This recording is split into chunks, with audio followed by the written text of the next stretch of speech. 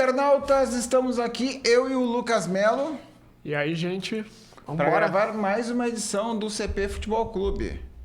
Hoje, praticamente, a gente não vai falar de futebol, né? Falar fora de campo, né? Muitas intercorrências, né? De novo, né? Tanto no Grêmio como no Inter. Vamos começar pelo Grêmio, que foi antes. Começar pelo Grêmio no sábado. O Grêmio perdeu pro Bahia, em Salvador, por 1-0. E o que mais se falou foi fora de campo, né? Dentro de campo, o Grêmio realmente foi dominado pelo Bahia na maior parte do jogo. Foi uma vitória justa dentro de campo. Mas falou muito do árbitro, né? O Braulio Machado da Silva, que teve uma arbitragem bem complicada. É claro que não teve lances capitais, né? Que ele tenha interferido aí de uma forma mais direta.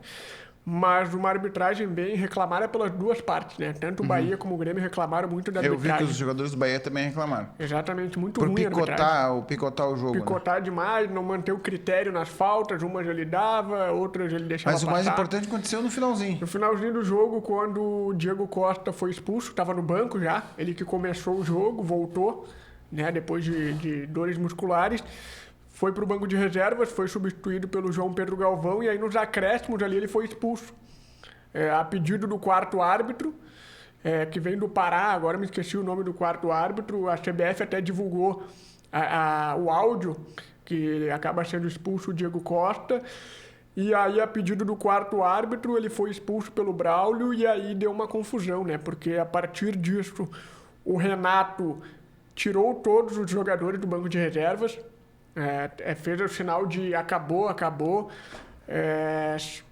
se retirando do banco o Renato, a comissão técnica. Só ficou o médico e o pessoal do departamento médico. Exato. Acho que o médico e massagista, né? Exato, pediu para todo mundo sair porque não aceitou. E aí o Renato depois na coletiva ele explica por que ele fez aquilo ali. Porque, segundo ele, a expulsão do Diego Costa teve uma interferência externa, que seria o Jailson Macedo Freitas, que foi um ex-árbitro baiano, que hoje é diretor... Que, de fato, estava na beira do campo. Estava na beira do campo. Onde ele não deveria estar, inclusive. Onde ele não deveria estar. Ele é hoje diretor de arbitragem da Bahia, lá da Federação Baiana. E, segundo o Renato, foi ele que dedurou para o quarto árbitro para expulsar o Diego Costa, que segundo o Renato não teria dito que o quarto árbitro disse que ele falou que ele mandou naquele lugar, né? E aí o Renato acabou bradando isso na coletiva e por isso que ele teria tirado os jogadores da comissão técnica do banco de reservas. E agora? Então, agora o Grêmio vai entrar aí tá entrando com notícia de infração. Infração no STJD para que a procuradoria do órgão possa averiguar que de fato teve essa interferência do Jailson Macedo Freitas. E em paralelo a isso... Só um adendo que eu acho que é importante. Segundo o Código Brasileiro de Justiça Desportiva, que é a lei do futebol, e não só do futebol, mas do esporte em geral, é proibida a interferência de qualquer pessoa que não faça parte do jogo. No caso do delegado. Ele estaria... Aí é até bom explicar, ele estaria como delegado, né? Só para concluir, estaria como delegado. E se houver uma interferência externa, a partida pode ser anulada. Pode ser anulada, exatamente. O Grêmio quer que a Procuradoria possa investigar se de fato teve essa interferência externa.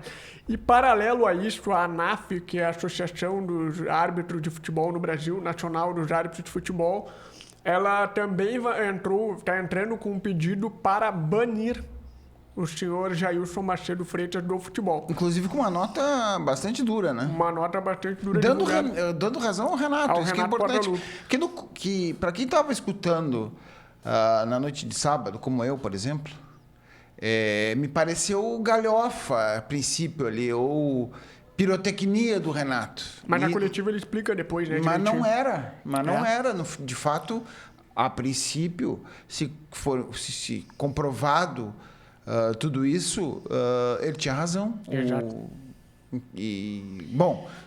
Ele tendo razão e se confirmando isso, aí eu não sei o que pode acontecer. Eu não me lembro de de um outro jogo do Campeonato Brasileiro ter sido anulado. Quer dizer, me lembro, né? Em 2005, naquele fatídico do Campeonato Brasileiro de arbitragem. Foi um caso muito mais grave, envolvendo muito mais jogos, enfim. Mas por os torcedores colorados, principalmente, que estão nos assistindo, devem ter amargas lembranças desse episódio, porque o Inter poderia ter sido campeão naquele ano e acabou não sendo. Só um adendo, a anulação, o Inter era líder e virou terceiro colocado de um dia para o outro. Exatamente, num domingo de manhã. Exato. Então, o Renato acabou bradando isso na coletiva e eu concordo, aí eu acho que a gente pode debater um pouquinho, acho que eu concordo com muitas coisas que ele falou lá da arbitragem, porque a gente aqui, até no programa aqui, toda rodada a gente está falando da arbitragem, porque tem erro para tudo que é lado. A gente inclusive estava falando isso na redação, né? Exato. Eu não sei, mas eu tenho a impressão que nesse ano as reclamações são maiores e os erros também. E, claro que a gente vai esquecendo, né? Vai passando o tempo, a gente vai esquecendo, mas eu tenho a impressão que nesse ano são maiores as reclamações. Inclusive o Inter também está reclamando, né? Aproveitando o gancho. O Inter também está reclamando da arbitragem de Inter versus Atlético Goianiense de um pênalti não marcado no mercado. Inclusive agora, há pouco, né? O Inter confirmou que vai solicitar, ou melhor, já solicitou hoje à tarde os áudios do VAR para ver se a árbitra, a Edna. Não foi chamada para analisar o lance em questão. O mercado toma um ipom ali na entrada da área. A poucos metros, inclusive, da onde estava a Edna. Estava do lado dela, né? Praticamente. Estava do lado. Me parece que ela não estava olhando para aquela direção, mas enfim, deveria ter sido chamado pelo VAR. A Daiane, que estava no VAR, não chamou. E aí é bom até pontuar, a gente está só na 4ª rodada. Exatamente. Recém começou o campeonato, a gente já só imagina falando quando chegar na reta final, que vai se afunilando a coisa. E como vai influenciar depois para definir o campeão, definir quem vai para a Libertadores, esses erros aí vão definindo depois, vai chegar no final do campeonato. Aquele pênalti, enfim, aquela arbitragem ruim definiu a situação do time A, B ou C. Sim, mas eu tenho para mim que os árbitros, em geral, o nível da arbitragem é ruim. Muito ruim. E erram para todos os lados. Não, né? com certeza. É muito difícil a gente comprovar que há má fé. Não dá pra gente entrar nessa seara, né? Ruim. Erram por questão ruins, e muito ruins. Parece que a cada ano piora, né? Por isso justamente que a gente tá falando tanto de arbitragem. Até pegando o gancho, Fabrício, pode falar que o Grêmio ali é isso, né? Porque a derrota dentro de campo foi merecida, mas teve essa questão da arbitragem. E só um detalhe até para acrescentar, o Jailson Macedo Freitas foi confirmado pela CBF como assessor de arbitragem no jogo de amanhã do Grêmio. Ele já estava escalado, né? Já estava e a CBF confirmou. E aí a gente estava com a expectativa da CBF trocar e não, mas manteve. Não trocou, manteve. Jailson Macedo Freitas estará na assessora de arbitragem aí nesse jogo de terça-feira, onde o Grêmio estreia na Copa do Brasil, 8 horas da noite, lá em Ponta Grossa, no Paraná, contra o Operário. O Grêmio, até pegando o gancho aí, o Grêmio que deve ter pelo menos 3 mudanças na equipe, e aí 3 retorno de titulares, né? No gol, o Marquezinho deve voltar, já que o Cabral já jogou pelo Cruzeiro na Copa do Brasil, não pode jogar com a camisa tricolor. E também retorno do PP e também do Cristaldo, eles devem retornar ao time titular. E aí deve ter aí o time praticamente, aí, o time ideal, aí, vamos dizer assim, com algumas... Vai ter ainda... Não tem o Pavon, não tem o Jeromel, não tem o Reinaldo, mas tirando esses lesionados aí, o Renato vai colocar o que tem de melhor. A única dúvida é naquela ponta direita ali, né? Que o Renato colocou o Edenilson no sábado contra o Bahia, não foi bem, saiu no intervalo. Então há uma dúvida ali entre Edenilson, Gustavo Nunes, que entrou no intervalo, ou até mesmo Everton Galdino, que foi a grande surpresa aí no jogo da Libertadores. Pois é. E o Inter reclamou da arbitragem, com razão, acho que inclusive foi pênalti ali. Pênalti. Claro. O Alessandro Barcelos, o presidente do Inter, reclamou depois do jogo, mas na real o Inter tinha que ter ganho o jogo de qualquer forma, porque o Atlético Goianiense não tinha conquistado nenhum ponto nesse Campeonato Brasileiro. Ele conquistou o primeiro ponto, tinha perdido todos os 3 jogos anteriores, conquistou o primeiro ponto no Beira-Rio no domingo à noite, ou seja, e ainda foi um time cheio de desfalques, né? O principal jogador do Atlético Goianiense, que é o Baralhas, velho conhecido da torcida do Inter, não veio a Porto Alegre porque ele pertence ao Inter e então não pôde jogar. Então, apesar dos erros de arbitragem, o Inter deveria ter vencido esse jogo Principalmente se ele realmente se dispõe a lutar pelo título, né? Ele se dispõe a brigar por esse título, é óbvio, mas se realmente se coloca como candidato em condições de conquistar o título. Ele, nesse momento, com o empate, está a 2 pontos do líder, não é uma posição ruim, mas poderia estar com o mesmo número de pontos do líder, que hoje é o Botafogo. Né? Então é isso. Mas o mais importante desse jogo, além do resultado, ou até mais que o resultado, foi a entrevista do Kudê depois do jogo, que ele externou uma insatisfação muito grande com o ambiente do Beira-Rio, que ele considera hostil, né? Ele reclamou das vaias, dos torcedores que ficam ali atrás dele na Casa Mata reclamando e xingando ele. Enfim, chegou a colocar meio que o cargo à disposição, se eu estou atrapalhando é melhor, né? De repente eu que estou atrapalhando, enfim. Mas não vai acontecer nada. Por enquanto, é certo que, a não ser que ele queira sair, e isso, considerando o histórico do próprio Eduardo Cudê, não dá para descartar completamente. Por quê?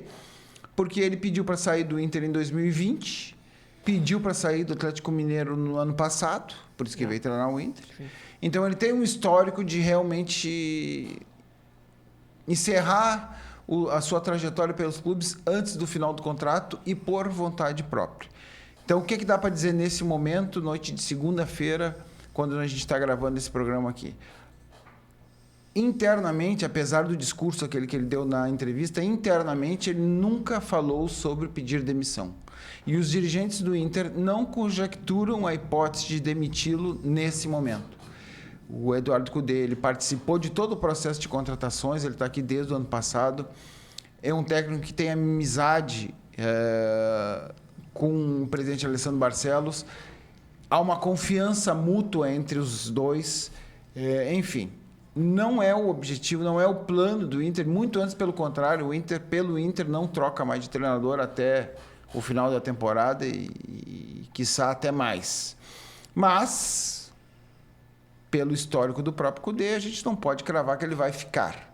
Imagina se acontece aí um revés na noite de quarta-feira, quando o Inter enfrenta a Juventude pela Copa do Brasil. E aí? Juventude de novo, né? De novo. Com certeza, as vaias voltarão. E voltando, qual vai ser a reação do Cudê? Eu acho, sinceramente, andei falando com várias pessoas hoje que transitam no vestiário do Inter e que já transitaram, inclusive, durante a primeira passagem do Eduardo Cudê pelo Inter lá em 2020.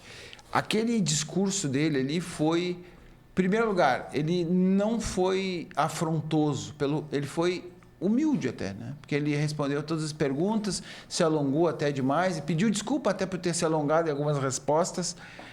Ele demonstrou, e aquele foi uma reação quase que um pedido de ajuda. Sim, pedindo para a torcida. Para a torcida ajudar. Porque ele, inclusive, referiu que com esse ambiente, com esse clima, o que eu já considero um exagero, não é possível o Inter ganhar títulos. Eu já considero um exagero porque eu sou velho nisso, estou há 25 anos sendo setorista do Inter, aqui no Correio do Povo, e eu nunca vi nenhum treinador não ser vaiado. Todos são vaiados. O Abel Braga foi vaiado, o Tite foi vaiado, o Parreira foi vaiado, quem mais? Todo mundo foi vaiado. Então, hoje eu até botei nas minhas redes sociais, no Twitter, Fabrício, @Cepovo, segue lá. O Abel Braga ele foi campeão mundial em 2006 e em 2007 no Gauchão já era vaiado. E logo em seguida foi demitido. Ele foi vaiado antes de ganhar a Libertadores, inclusive, porque ele perde o Gauchão, né? E aí já... É vaiado. Ele é vaiado durante a Libertadores, que ele ganhou. Ele ganha a Libertadores. De vez em quando sendo vaiado, claro que não é sempre, porque ele foi campeão da Libertadores, né?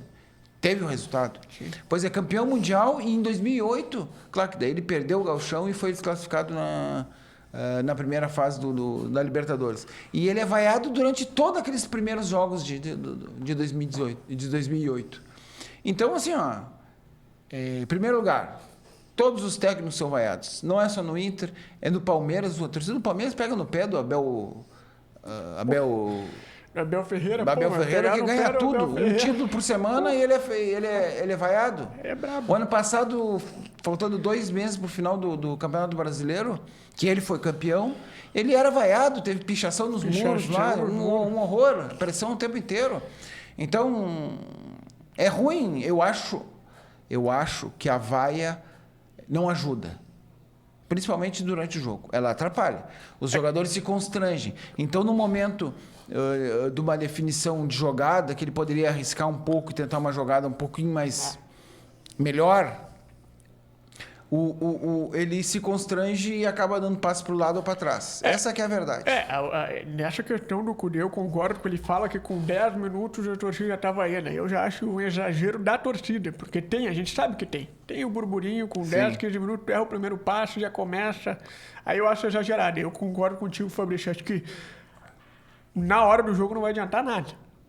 Ou principalmente no início do jogo, né? Não vai ser benéfico. Sim. Pelo contrário, vai piorar a situação.